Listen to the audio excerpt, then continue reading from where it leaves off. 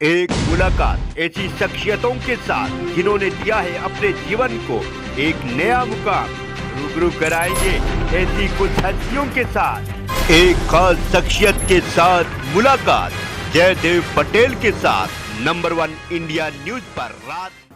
नमस्कार दोस्तों, मैं जयदेव पटेल, आपका एक बार फिर स्वागत है एक खास शख्सियत के साथ मुलाकात प्रोग्राम में। आज हमारे साथ खास मेहमान है पटना हाईकोर्ट की फॉर्मर जज जस्टिस अंजना प्रकाश। जस्टिस अंजना प्रकाश, आपका बहुत बहुत स्वागत है आज के हमारे प्रोग्राम में।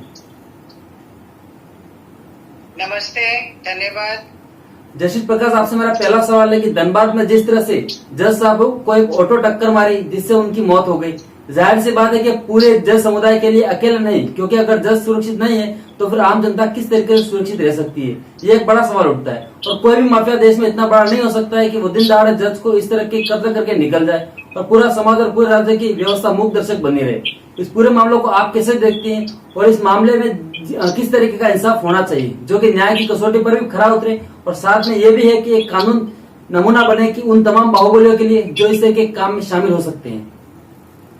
ये तो बिल्कुल सही है कि लोगों का ये तो आतंक बचाने की बात हो गई जनता में। अगर इस तरह की चीज अगर जज साहब के साथ होगा तो किसी के साथ भी हो सकता है। मगर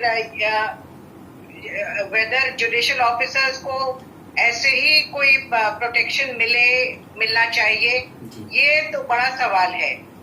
जुडिशियल ऑफिसर जो लोअर कोर्ट के होते हैं, अक्सर जब जैसे अगर कोई सेंसिटिव केस वो लोग करते हैं तो उन लोग ना दरखास्त देते हैं और लोगों को थ्रेट मिलता है तो वो लोग दरखास्त देते हैं एसपी को या हाई कोर्ट कवर करते हैं, तो उसके बाद उनको सिक्योरिटी प्रदान की जाती है। अब इस केस में हमको पता नहीं है कि उन्होंने कभी कंप्लेन किया था या नहीं किया था, हमको नहीं पता है, इसीलिए हम उसके बारे में कुछ नहीं कह सकते। मगर सवाल है कि देखिए सिक्योरिटी भी कितना कुछ कर लेगा। सिक्योरिटी भी आपके साथ इंदिरा गांधी भी थी, सिक्योरिटी थी, उनकी सिक्योरिटी ने उनको मार दिया। तो सवाल उसका नहीं है, सवाल इसका है कि समाज में आज क्या हो रहा है, किस चीज को हम लोग गलत और किस चीज को हम लोग सही समझ रहे हैं, असल वो बात है। अगर वो जज साहब अपनी ड्यूटी कर रहे थे तो ड्यूटी करने की वजह से उनको कोई मार दे, ये तो मतलब इससे ज्यादा बुरा और कुछ नहीं हो सकता है। जस्टिस प्रकाश, आपसे मैं ये समझना चाहता हूँ कि कोई वरिष्ठ जज या सत्र न्यायाधीश किसी मामले की या बेहद संवेदनशील मामलों में फैसला देने वाला होता है, या किसी भी इस तरीके अगर गैंगवार टाइप का जो मामला चल रहा है, तो क्या पुलिस की जिम्मेदारी थी नहीं बनती कि वो संवेदनशील तरीके जज साहब को मूवमेंट को ध्यान में रखे और इस बात का ख्याल रखे कि जज बहुत संवेदनशील मामलों में हैंडल कर रहे हैं, तो वहाँ पर जो भी शहर की पुलिस है या धनबाद की पुलिस या राज्य सरकार है उसने कोताही बरती हो।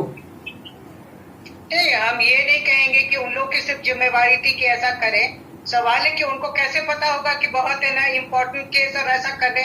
इम्पोर्टेंट तो बहुत सारे केस होते हैं, मगर सवाल है कि थ्रेट परसेप्शन होना चाहिए ना। आपको धमकी मिली हो या कुछ ऐसी बात हो जिससे आपको लगे कि आप मतलब है कि आपके जीवन खतरे में है, तब आदमी करता है ना। हर एक इम्पोर्टेंट तो केस हर एक जज कर रहा होता है, बहुत ही सेंसिटिव केस तो हर एक जज करता है। तो हर एक के लिए मतलब है क्या गवर्नमेंट के लिए ये सोचना कि अच्छा ये चूंकि सेंसिटिव केस कर रहे हैं इसीलिए उनको प्रदान किया जाए, ऐसा सोचना मेरे समझ से बहुत मतलब प्रॉपर नहीं है। उतना जनरलाइज होके हम लोग नहीं कह सकते हैं। जी जस्टिस प्रकाश, वकीलों का मामला तो फिर भी समझ में आता है, लेकिन अगर सभी लोगों को प्रोटेक्शन नहीं देता तो बात सहमत हूँ, लेकिन जज एक व्यवस्था के प्रतीक हैं और वो अगर बेहद संवेदनशील मामलों को हैंडल कर रहे हैं तो शहर की जो खुफिया विभाग है, पुलिस है, उन सबकी भी तो जिम्मेदारी बनती है कि वो कम से कम जो शहर में चल रहा है उस पर निगरानी रखे। ऐसा कैसा हो सकता है कि अगर ये हत्या और हम इसे हत्या मान रहे हैं तो ऐसा नहीं है कि हवा में कोई प्लानिंग हो गई होगी या किसी ने रैकी की होगी, किसी ने तैयारी की होगी। देखिए ये अभी इन्वेस्टिगेशन होगा तो पता चलेगा कि एक्चुअली कितना ये कॉन्स्पिरेसी कितना बड़ा था। आज का हिट एंड रन मिस हो गया इस तरीके से, तो ये कॉन्स्पिरेसी कितना बड़ा था। ये बात सही है कि मतलब अगर पुलिस की कुछ एजेंसीज जो हैं वो सिर्फ खुफिया इंफॉर्मेशन लेने में या कलेक्ट करने में अगर अपना एनर्जी बना रही है तो उन लोगों को मालूम होना चाहिए था ये बात कि थ्रेट का परसेप्शन है जज के ऊपर। ये बात आप सही बिल्कुल बोल रहे हैं कि अगर सीआईडी अगर है वहाँ पे या पुलिस का कोई विंग है जो कि समझ रहा है कि इस तरह की चीज हो सकती है तो उसको रोका जाना चाहिए था। जस्टिस अंजना प्रकाश, आपसे मेरा आखिरी सवाल है कि सीबीआई की जांच की जो मांग उठ रही है इसे कैसे देखती है आप? क्या राज्य की पुलिस व्यवस्था इस पर यकीन नहीं है, ये कहा जा सकता है इसको लेकर के? नहीं नहीं नहीं, बिल्कुल नहीं।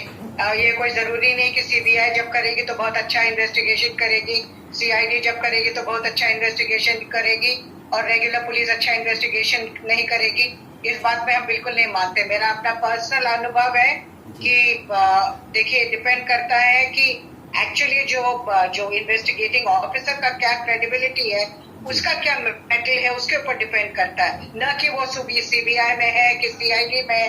उसके वजह से नहीं, मेरे समझ से ऐसी बात नहीं होती जी। लोकल पुलिस भी फुली कॉम्पिटेंट है, क्यों नहीं कर सकते वो लोग भी जी। जस्टिस प्रकाश, आपने समय दिया उसके लिए आपका बहुत बहुत धन्यवाद। थैंक यू, नमस्ते।